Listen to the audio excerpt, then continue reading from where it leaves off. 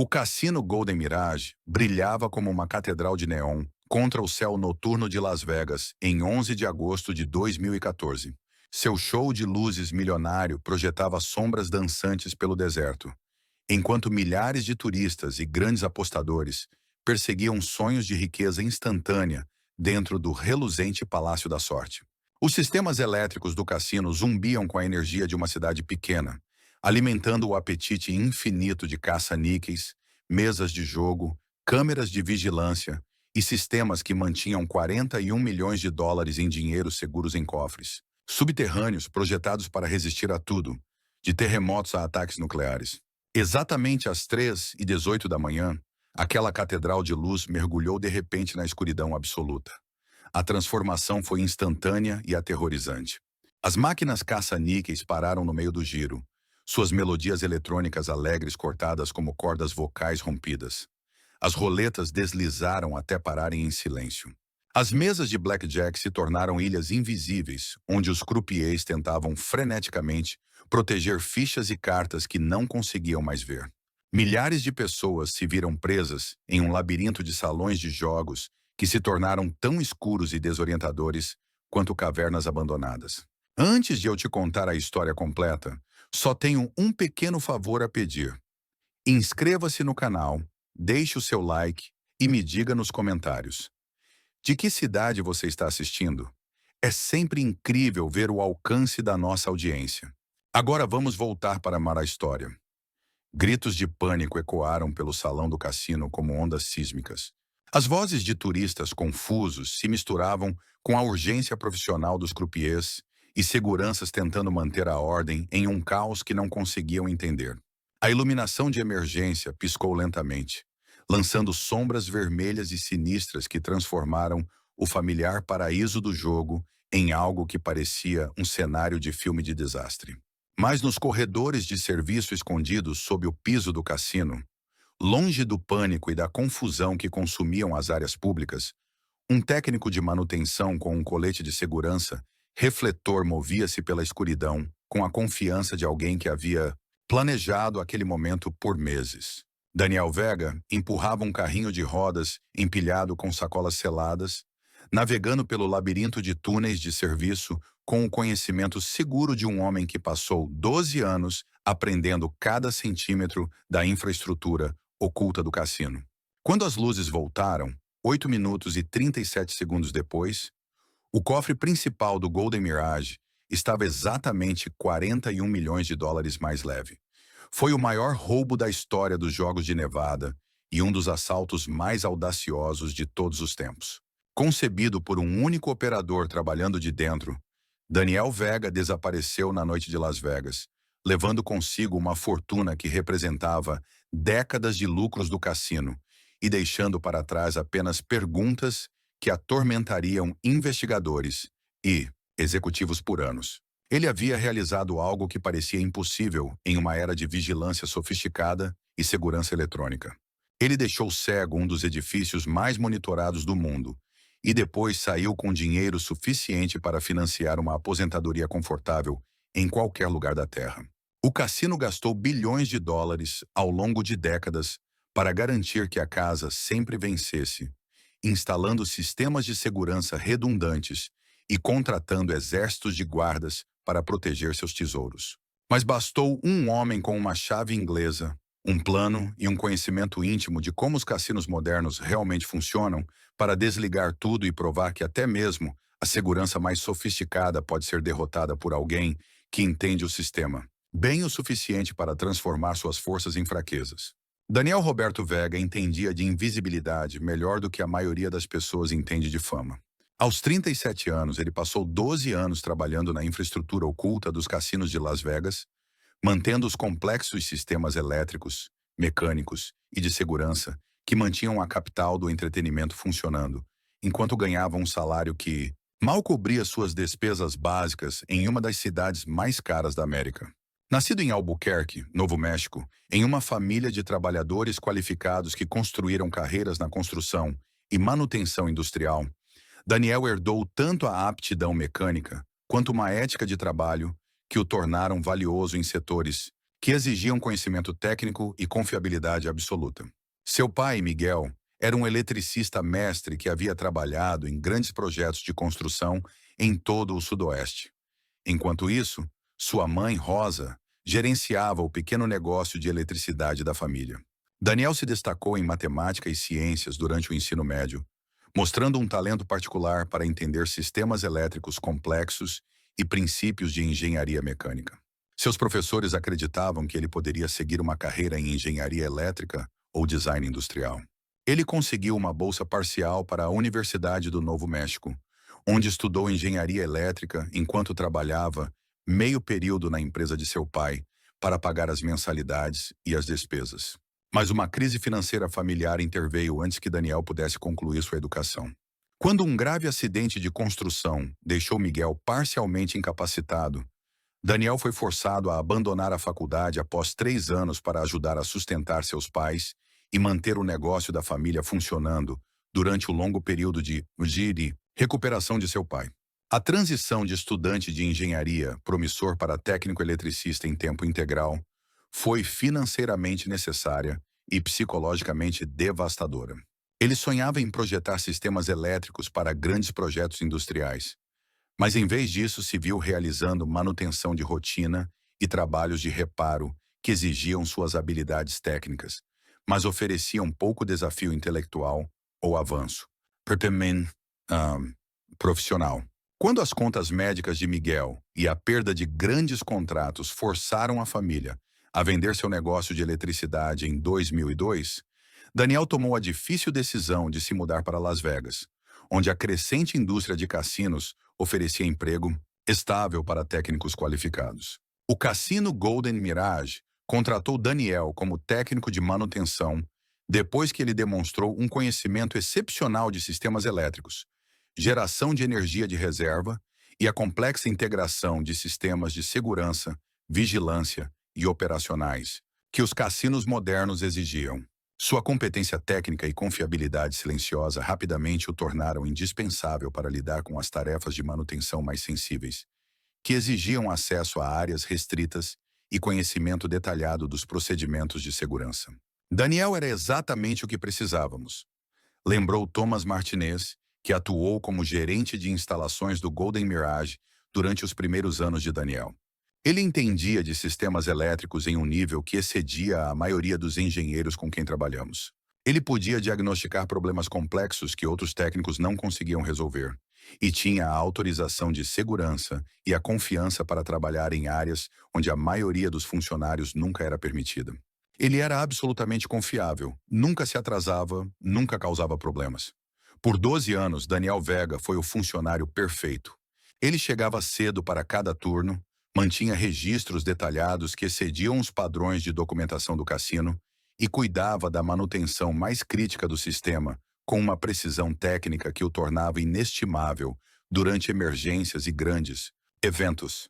Seu arquivo pessoal continha apenas elogios de supervisores e reconhecimento por seu papel na prevenção de falhas de sistema, que poderiam ter custado milhões ao cassino em perda de receita. Mas por baixo da competência profissional e do conhecimento técnico, Daniel nutria um ressentimento crescente sobre a enorme disparidade entre a riqueza que o cercava diariamente e sua própria situação financeira cada vez mais precária. Todos os dias ele trabalhava em túneis de serviço, sob salões de jogos onde apostas individuais excediam seu salário mensal, mantendo sistemas que protegiam fortunas enquanto ele lutava para pagar a pensão alimentícia e cobrir as despesas básicas. O fardo psicológico de manter os playgrounds de bilionários em funcionamento, enquanto era incapaz de pagar por uma moradia decente ou um transporte confiável, criou uma raiva lenta que Daniel escondia cuidadosamente por trás de sua postura profissional. Ele morava em um kitnet em um complexo decadente em North Las Vegas. Dirigia uma picape de 15 anos que exigia reparos constantes e vivia com um orçamento tão apertado que refeições em restaurantes eram luxos que ele só podia se permitir uma ou 2 vezes por mês. As pressões financeiras e emocionais que eventualmente levariam Daniel ao crime começaram a se acumular em 2012, quando seu casamento com Sandra desmoronou sob o peso do estresse econômico. horários de trabalho conflitantes e sua crescente amargura sobre a incapacidade de alcançar a estabilidade financeira. Sandra, uma enfermeira do University Medical Center, cansou-se da atitude cada vez mais cínica de Daniel sobre seu trabalho e sua tendência a passar fins de semana inteiros obcecado com as contas. Ela queria começar uma família e comprar uma casa. Mas o salário de Daniel como técnico de cassino, apesar de suas habilidades especializadas e autorização de segurança, mal cobria suas despesas correntes. O processo de divórcio revelou a extensão do desespero financeiro de Daniel. Documentos judiciais mostraram que ele ganhava US$ 42.000 anuais após 12 anos de emprego, enquanto os executivos do cassino recebiam bônus maiores que toda a sua renda anual. A precisão matemática que tornava Daniel valioso como técnico também o tornava agudamente consciente dessas disparidades econômicas e suas implicações para seu futuro. Sandra recebeu a guarda principal de seus 2 filhos, Miguel, de 8 anos, e Sofia, de 6, juntamente com pagamentos substanciais de pensão alimentícia que consumiam quase 40% do salário líquido de Daniel. O tribunal também concedeu a ela a modesta casa da família, deixando Daniel para encontrar uma nova acomodação que pudesse pagar com sua renda reduzida. Mudar-se para o apartamento em North Las Vegas representou tanto uma necessidade prática quanto um ponto baixo psicológico para Daniel. O kitnet apertado ficava em um bairro onde trabalhadores de cassinos, funcionários de restaurantes e outros empregados do setor de serviços viviam. De seu apartamento, Daniel podia ver as luzes dos cassinos da Strip onde trabalhava. Um lembrete noturno da riqueza que permanecia permanentemente fora de seu alcance.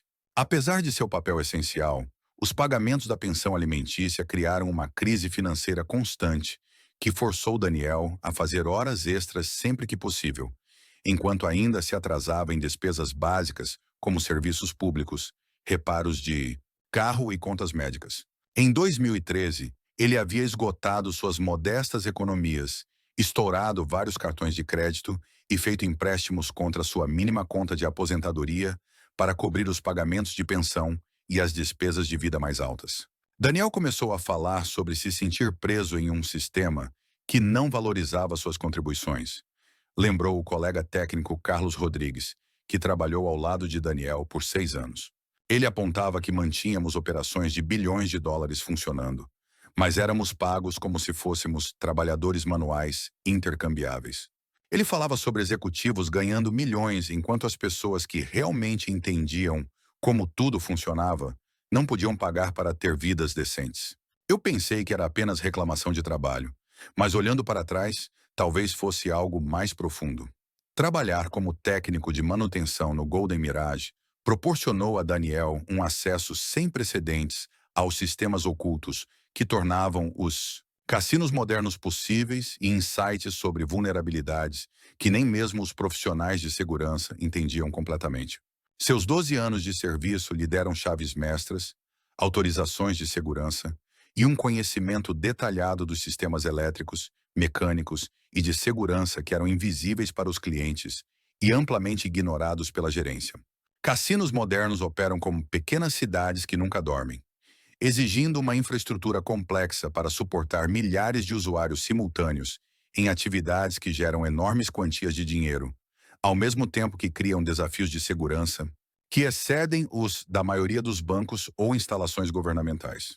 Apenas o Golden Mirage continha mais de 3.000 caça-níqueis, 200 mesas de jogo, múltiplos restaurantes, um hotel de luxo com 2.800 quartos e instalações subterrâneas que incluíam salas de contagem, cofres e escritórios. Os sistemas elétricos que alimentavam essa operação eram tão complexos quanto os encontrados em grandes instalações industriais, exigindo múltiplas fontes de energia redundantes, equipamentos de comutação sofisticados e geradores de reserva capazes de manter operações críticas durante emergências. O trabalho de Daniel envolvia manter, reparar e atualizar esses sistemas, garantindo que as interrupções de energia nunca afetassem as operações voltadas para o cliente ou comprometessem os sistemas de segurança que protegiam os ativos mais valiosos do cassino. A infraestrutura de segurança do Golden Mirage foi projetada com base na premissa de que ameaças externas representavam o principal perigo. Câmeras de vigilância forneciam cobertura completa de todas as áreas públicas. Sistemas de controle de acesso restringiam a entrada em zonas sensíveis e sistemas de alarme monitoravam intrusões não autorizadas. O sistema de cofres incluía múltiplas camadas de proteção, paredes de concreto reforçado, portas de aço com fechaduras eletrônicas, detectores de movimento e câmeras que gravavam toda a atividade. Mas o conhecimento técnico de Daniel revelou uma vulnerabilidade crítica nessa abordagem de segurança em camadas. Todos esses sistemas, câmeras, alarmes, fechaduras eletrônicas, controles de acesso, dependiam de energia elétrica contínua para funcionar corretamente. Embora os geradores de reserva fornecessem energia de emergência durante as quedas, sua capacidade era limitada, e seus sistemas prioritários focavam em manter a iluminação básica e equipamentos de segurança, em vez de uma cobertura de segurança abrangente. Daniel entendeu que a segurança moderna é completamente dependente da infraestrutura elétrica, explicou o consultor de segurança Dr. James Wilson. Os cassinos gastam milhões em câmeras de vigilância. Mas se essas câmeras não têm energia, são apenas decorações caras. Fechaduras eletrônicas são incrivelmente seguras, mas geralmente entram em modo de falha segura durante quedas de energia para evitar que as pessoas fiquem presas. Ele identificou o ponto único de falha que poderia desativar temporariamente múltiplos sistemas de segurança simultaneamente. A percepção de Daniel foi simples e profunda. Se ele pudesse projetar uma falha de energia controlada que afetasse os sistemas de segurança sem criar sinais óbvios de sabotagem, ele poderia acessar áreas normalmente impossíveis de alcançar, evitando a detecção por sistemas de vigilância que estariam temporariamente offline. A ideia exigia entender não apenas os sistemas elétricos, mas a psicologia e os procedimentos das operações de segurança do cassino. Durante as quedas de energia, o pessoal de segurança se concentraria em manter a ordem entre os clientes, garantir a proteção dos equipamentos de jogo e coordenar com a equipe de manutenção para restaurar as operações o mais rápido possível. O caos e a urgência dessas situações poderiam fornecer cobertura para atividades que normalmente atrairiam atenção imediata. Daniel passou a maior parte de 2013 e o início de 2014 desenvolvendo o plano detalhado que eventualmente o permitiria roubar 41 milhões de dólares. Ao contrário de criminosos impulsivos que contam com a oportunidade e a sorte, Daniel abordou seu roubo com a precisão de engenharia que o tornara valioso como técnico, analisando cada sistema e calculando cada variável até alcançar o que ele acreditava ser uma probabilidade de sucesso quase certa. O primeiro desafio envolvia aprender os procedimentos de manuseio de dinheiro do cassino e identificar quando o cofre teria o máximo de reservas. Suas tarefas de manutenção forneciam razões legítimas para trabalhar em áreas adjacentes às salas de contagem, permitindo-lhe observar as entregas de carros fortes, os procedimentos de auditoria e os padrões de tempo que governavam quando grandes quantias de dinheiro estariam presentes. Daniel descobriu que fins de semana após grandes lutas de boxe ou outros eventos especiais criavam períodos de pico de acúmulo de dinheiro, quando os cofres do cassino continham substancialmente mais dinheiro do que o normal. O dinheiro se acumularia durante o fim de semana e permaneceria armazenado até as coletas de segunda-feira de manhã pelos serviços de carro forte. A noite de domingo e a madrugada de segunda-feira representavam a janela ideal, quando o máximo de dinheiro estaria presente com o mínimo de pessoal de segurança. Os aspectos técnicos do plano de Daniel exigiram meses de testes e preparação cuidadosos. Ele precisava identificar quais circuitos elétricos controlavam os sistemas de segurança sem afetar as operações voltadas para o cliente, o que criaria evidências óbvias de sabotagem. Mais importante, ele precisava desenvolver métodos para causar falhas de energia que parecessem mau funcionamento de equipamentos, em vez de ações criminosas deliberadas. Daniel começou a criar o que chamou de oportunidades de manutenção, causando deliberadamente pequenos problemas elétricos que exigiam sua atenção para conserto. Essas falhas planejadas permitiram que ele estudasse como os sistemas de segurança respondiam a interrupções de energia, quanto tempo a energia de reserva durava em diferentes áreas e quais sistemas recebiam prioridade durante a alocação de energia de emergência. Cada teste fornecia dados que o ajudavam a refinar sua compreensão das vulnerabilidades do cassino. A preparação psicológica provou ser tão desafiadora quanto o planejamento técnico. Daniel nunca havia cometido nenhum crime mais sério do que pequenas infrações de trânsito, e a perspectiva de roubar dezenas de milhões de dólares exigia superar não apenas reservas morais, mas um medo genuíno das consequências se fosse pego. O roubo representaria não apenas um grande furto, mas potencialmente acusações federais relacionadas a violações de jogos de cassino, que poderiam resultar em décadas de prisão. Daniel começou a se condicionar mentalmente, vendo o roubo como a recuperação de uma compensação que lhe era legitimamente devida, em vez de roubar dinheiro que pertencia a outra pessoa. Ele calculou que 12 anos mantendo sistemas que geraram bilhões em lucros, enquanto ganhava salários de nível de pobreza, lhe renderam uma parte substancial da riqueza que ele ajudou a criar através de sua expertise, técnica e serviço dedicado. O plano de Daniel exigia equipamentos que pudessem causar falhas elétricas controladas sem deixar evidências óbvias de adulteração. Disjuntores ou equipamentos de comutação comuns seriam facilmente identificados por investigadores como possíveis dispositivos de sabotagem. Então, ele precisava criar um hardware personalizado que parecesse uma ferramenta de manutenção legítima, mas que, na verdade, servisse como instrumento para seu roubo. Ao longo de 6 meses, Daniel usou seu acesso às oficinas elétricas do cassino para fabricar um dispositivo que se assemelhava a um computador de diagnóstico portátil, mas que, na verdade, funcionava como uma sofisticada ferramenta de manipulação de circuitos. O dispositivo foi alojado em uma maleta de ferramentas padrão de técnico e incluía equipamentos de teste elétrico legítimos, juntamente com componentes ocultos que poderiam causar falhas de energia direcionadas através de métodos difíceis de detectar. A inovação-chave foi o desenvolvimento por Daniel de um mecanismo de comutação temporário que poderia isolar circuitos elétricos específicos sem danificar permanentemente o equipamento ou criar sinais óbvios de intervenção maliciosa. O dispositivo funcionava introduzindo cargas elétricas calculadas que fariam os circuitos de proteção serem ativados, imitando o tipo de falha de equipamento que ocorria naturalmente em sistemas elétricos complexos sob forte estresse operacional. Daniel testou o dispositivo repetidamente durante atividades de manutenção legítimas, usando-o para causar pequenas flutuações de energia que pareciam problemas rotineiros de equipamento, enquanto na verdade serviam como ensaios para seu plano. Cada teste confirmava que o dispositivo poderia causar falhas controladas de forma confiável, sem acionar investigações de segurança aprimoradas ou criar suspeitas entre seus supervisores. O dispositivo também incluía mecanismos de temporização que permitiriam a Daniel controlar exatamente quando as falhas de energia ocorriam e quanto tempo duravam. Essa precisão era crucial para seu plano, que exigia que os sistemas de segurança permanecessem offline pelo tempo exato necessário para acessar o cofre, carregar o dinheiro roubado e escapar sem ser gravado pelas câmeras de vigilância quando a energia fosse restaurada. A preparação mais perigosa de Daniel envolveu testar sistematicamente como o pessoal de segurança do cassino respondia a vários tipos de emergências elétricas.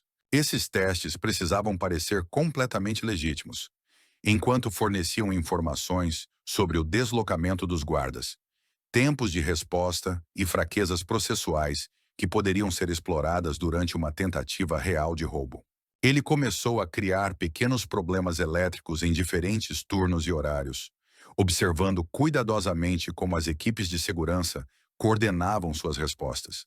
Os testes revelaram que as falhas de energia criavam padrões de atividade previsíveis. Os guardas focavam imediatamente nas áreas dos clientes para evitar pânico e manter a ordem. Os supervisores de manutenção priorizavam a restauração de energia para os equipamentos de jogo, e as câmeras de segurança eram consideradas uma preocupação secundária até que as operações básicas fossem estabilizadas. Daniel descobriu que os procedimentos de emergência do cassino presumiam que as falhas de energia eram inconvenientes temporários. Os guardas eram treinados para gerenciar as relações com os clientes e proteger os equipamentos de jogo, mas não estavam preparados para lidar com a perda simultânea de múltiplos sistemas de segurança, ou para considerar que problemas elétricos pudessem ser criados deliberadamente. Os sistemas de geradores de reserva forneciam outra vulnerabilidade crucial. Embora os geradores pudessem manter a iluminação de emergência e os sistemas básicos de segurança por tempo indeterminado, eles tinham capacidade limitada para a cobertura de segurança abrangente. Sistemas de câmeras, fechaduras eletrônicas e redes de alarme operavam com energia reduzida durante as quedas, criando lacunas na cobertura que poderiam ser exploradas por alguém que entendesse as limitações dos sistemas. Mais importante, Daniel aprendeu que sua própria presença em áreas elétricas durante emergências não era apenas aceita, mas bem-vinda pelo pessoal de segurança, que dependia da equipe de manutenção para resolver problemas rapidamente. Seu uniforme e credenciais o tornavam invisível. O plano de Daniel exigia um conhecimento detalhado dos procedimentos de armazenamento de dinheiro do cassino, dos sistemas de segurança do cofre e do layout físico das áreas que normalmente eram restritas ao pessoal de manutenção. Adquirir essa inteligência sem levantar suspeitas exigiu observação paciente por muitos meses e a exploração cuidadosa de tarefas de manutenção legítimas, que ocasionalmente forneciam acesso a zonas restritas. O grande avanço veio quando Daniel foi designado para reparar problemas elétricos nos sistemas de ar-condicionado que atendiam às áreas do cofre. O trabalho exigia que ele acessasse corredores de serviço adjacentes às principais salas de contagem e cofres de armazenamento, proporcionando oportunidades para observar procedimentos de manuseio de dinheiro, protocolos de segurança e os mecanismos físicos que protegiam os ativos mais valiosos do cassino. Daniel descobriu que o sistema do cofre dependia fortemente de medidas de segurança eletrônicas que seriam comprometidas durante falhas de energia. Embora a estrutura física permanecesse segura, as fechaduras eletrônicas ativariam modos de segurança que poderiam ser contornados por alguém com as credenciais de acesso e o conhecimento técnico apropriados. Os sistemas de energia de reserva priorizavam a manutenção da integridade básica do cofre, mas não podiam suportar o monitoramento de segurança completo durante quedas prolongadas. Mais significativamente, Daniel aprendeu que o acesso ao cofre exigia múltiplos métodos de autenticação, incluindo cartões-chave eletrônicos, scanners biométricos e procedimentos de anulação manual, projetados para impedir que indivíduos únicos obtivessem entrada não autorizada. Mas suas credenciais de manutenção incluíam capacidades de anulação de emergência, destinadas a permitir que a equipe técnica acessasse sistemas críticos durante falhas de equipamento.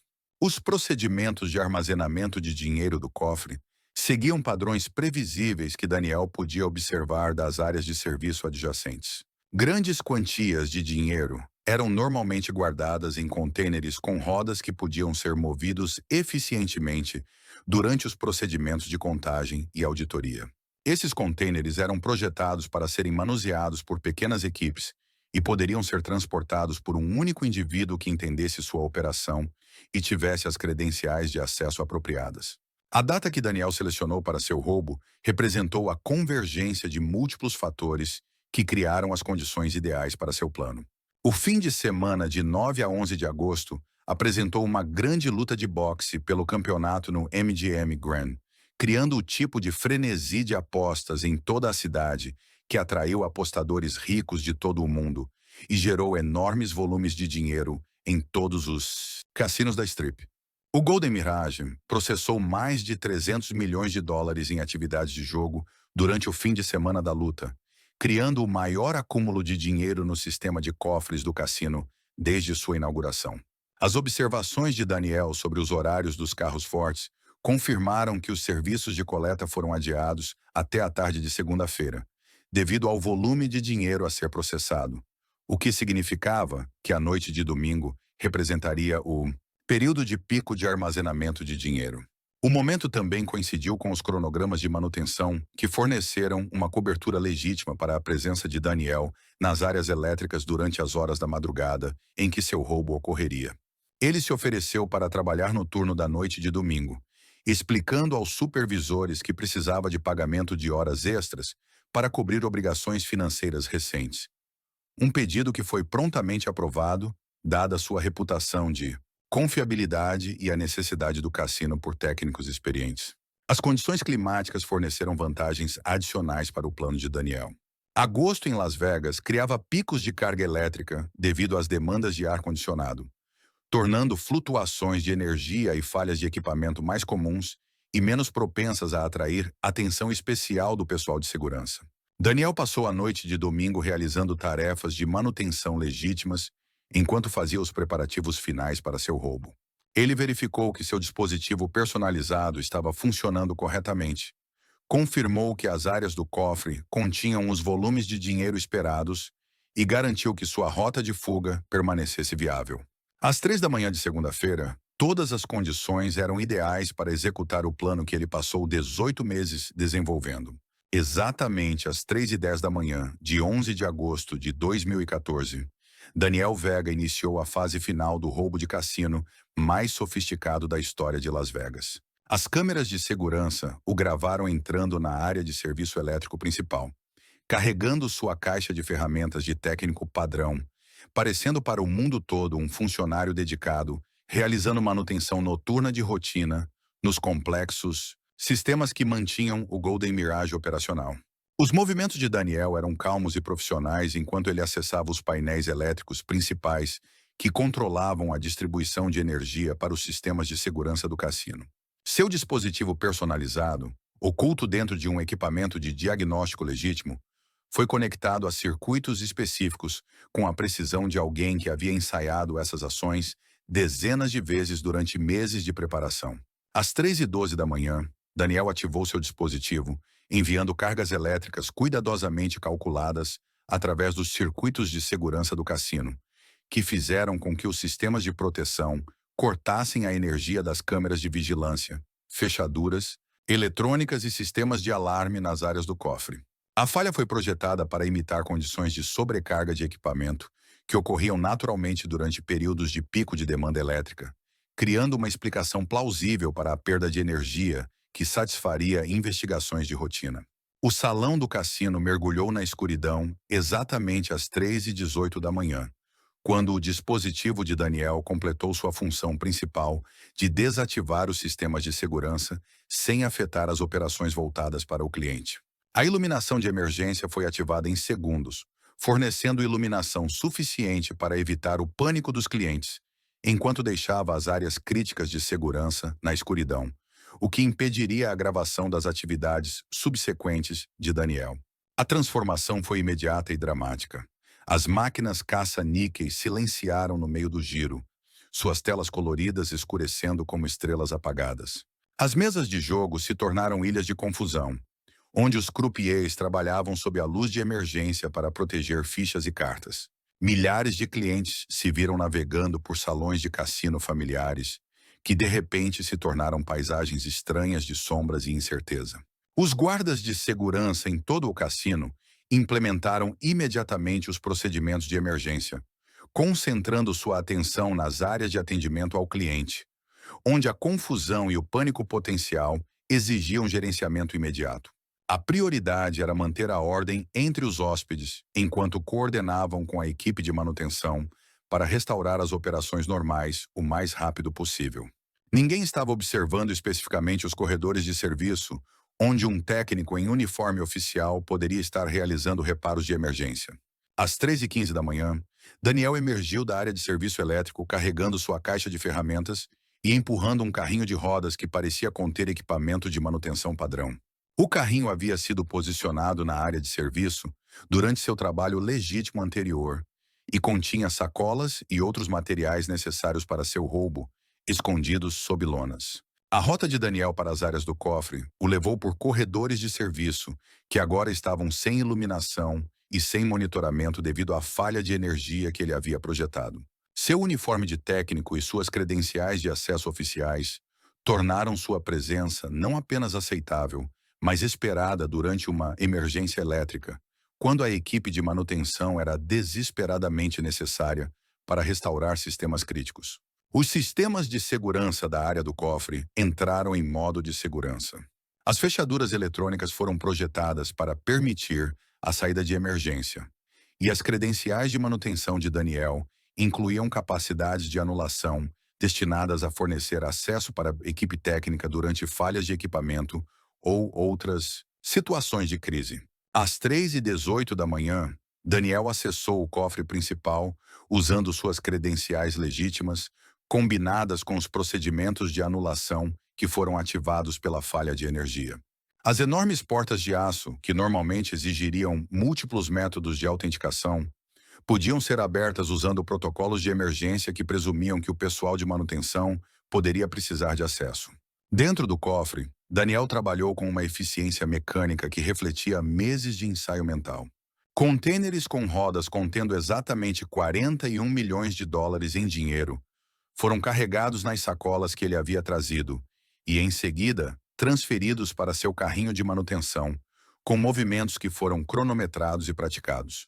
Toda a operação no cofre levou exatamente 4 minutos e 32 segundos, bem dentro da janela de tempo que Daniel havia calculado com base em suas observações dos padrões de resposta da segurança e da capacidade dos sistemas de energia de reserva para manter operações mínimas durante quedas prolongadas. Às 3h22 da manhã, Daniel saiu da área do cofre e começou a mover seu carrinho em direção à doca de serviço, onde havia posicionado uma van alugada durante um reconhecimento anterior.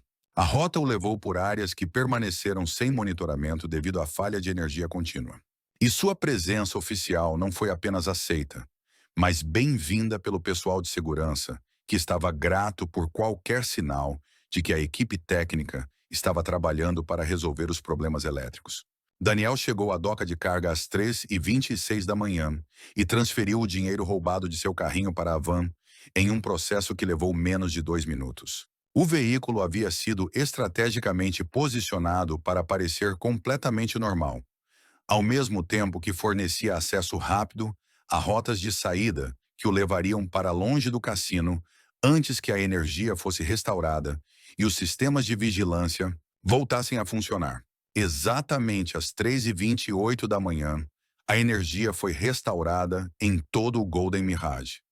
Enquanto o dispositivo de Daniel completava seu ciclo programado e redefinia automaticamente os circuitos elétricos para a operação normal, as luzes voltaram a brilhar. As máquinas caça-níqueis retomaram suas canções eletrônicas e as câmeras de vigilância começaram a gravar novamente. Mas Daniel Vega já estava dirigindo por Las Vegas com 41 milhões de dólares em dinheiro roubado do cassino. A operação inteira levou 18 minutos do início ao fim, mas o roubo real ocorreu durante uma janela de 8 minutos e 37 segundos, quando os sistemas de segurança mais sofisticados do cassino estavam completamente cegos. Quando as câmeras de vigilância voltaram a gravar, Daniel havia desaparecido na noite de Nevada com uma fortuna que mudaria sua vida para sempre, se ele conseguisse sobreviver o suficiente para aproveitá-la. A equipe de auditoria noturna do Golden Mirage descobriu o roubo exatamente às 5h47 da manhã de segunda-feira, 11 de agosto, quando os contadores, iniciando seus procedimentos de reconciliação semanal, perceberam que o cofre principal continha aproximadamente 41 milhões de dólares a menos do que seus registros indicavam. O que começou como confusão sobre possíveis erros de contagem rapidamente se transformou em pânico quando os supervisores confirmaram que enormes quantias de dinheiro haviam desaparecido sem qualquer documentação ou explicação correspondente. A resposta inicial se concentrou na suposição de que o dinheiro desaparecido representava erros contábeis em vez de um roubo real. A queda de energia havia interrompido vários sistemas automatizados que rastreiam os movimentos de caixa. Mas quando uma recontagem sistemática de todo o conteúdo do cofre confirmou que exatamente 41 milhões de dólares em dinheiro estavam faltando, a administração do cassino enfrentou a horrível percepção de que estavam lidando com o maior roubo da história dos Jogos de Nevada. O dinheiro desaparecido estava armazenado em contêineres específicos que agora estavam completamente vazios, indicando remoção deliberada em vez de erros contábeis ou falhas no sistema. A segurança do cassino revisou imediatamente as filmagens de vigilância das áreas do cofre, procurando por evidências de acesso não autorizado ou atividade suspeita que pudesse explicar como enormes quantias de dinheiro poderiam desaparecer durante uma breve queda de energia. A investigação inicialmente se concentrou em ameaças externas, assumindo que a falha de energia poderia ter sido causada por criminosos, tentando criar oportunidades para invadir as áreas mais seguras do cassino. O grande avanço veio quando os investigadores perceberam que a própria queda de energia poderia ter sido deliberadamente projetada para facilitar o roubo. A análise dos sistemas elétricos revelou que a falha havia afetado apenas os circuitos relacionados à segurança, deixando os sistemas de atendimento ao cliente praticamente intactos. Um padrão que parecia conveniente demais para ser explicado por um mau funcionamento rotineiro do equipamento. As filmagens de segurança diárias que permaneceram com energia durante a queda mostraram os movimentos de Daniel pelos corredores de serviço e seu acesso aos sistemas elétricos imediatamente antes da falha de energia. Inicialmente, essas gravações pareciam mostrar atividades de manutenção de rotina, mas a correlação de tempo entre a presença de Daniel e o roubo subsequente era precisa demais para ser coincidência.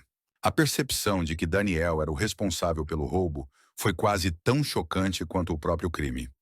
Lembrou o diretor de segurança do cassino, Robert Martinez.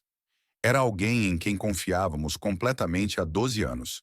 Ele tinha acesso aos nossos sistemas mais críticos e nunca nos deu motivo para questionar sua confiabilidade ou integridade. A ideia de que ele pudesse planejar e executar algo dessa magnitude enquanto mantinha seu comportamento normal era quase incompreensível.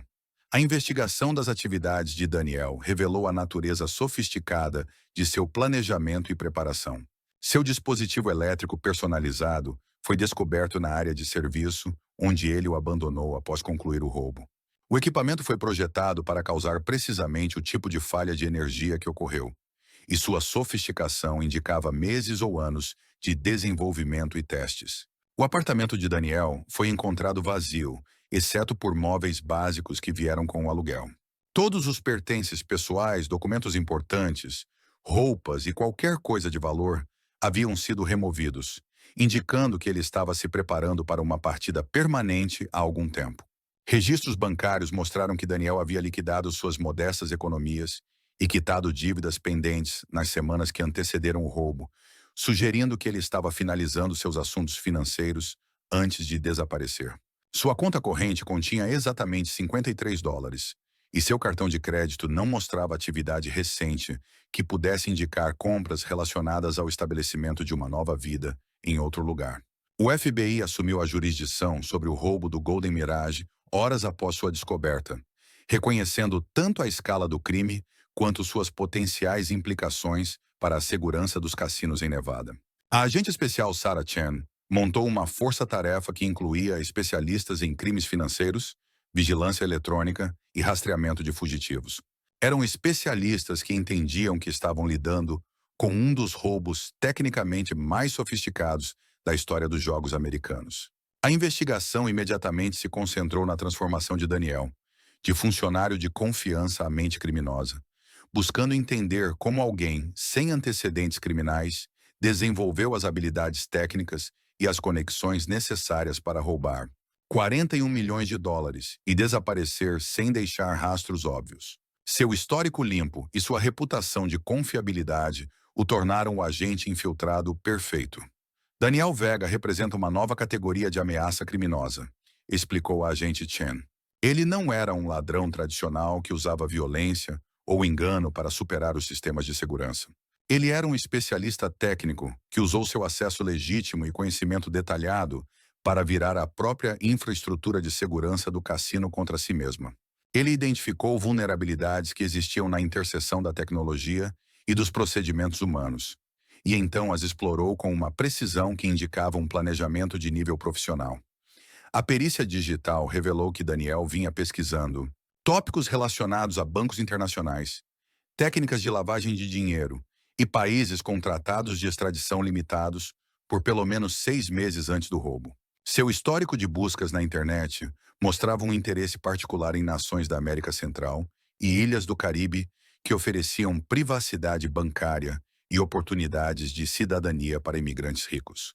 A investigação também descobriu evidências de que Daniel esteve em comunicação com indivíduos que podem ter fornecido assistência para converter a moeda roubada em ativos legítimos.